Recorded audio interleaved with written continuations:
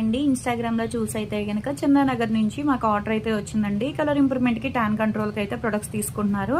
Madam అయితే చాలాసార్లు అయితే తీసుకుంటున్నారండి, ఓల్డ్ క్లయింటే అనమాట. ఇప్పుడు ర్యాపిడో అయితే చేస్తున్నాము.